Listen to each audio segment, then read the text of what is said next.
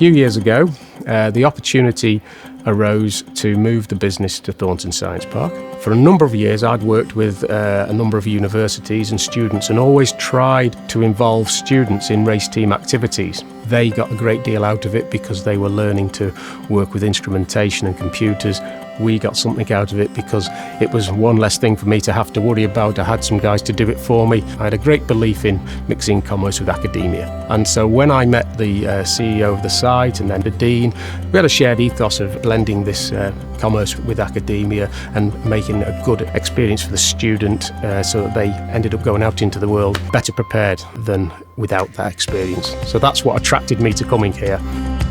Motrac Racing were one of the first companies to purchase and offer rolling road dynamometer testing. So that's effectively a device for measuring the performance of a motorcycle. So for racing, it's absolutely essential. Now, the innovation was to take what is a performance dyno, rolling road, to permit us to carry out what you call drive cycles.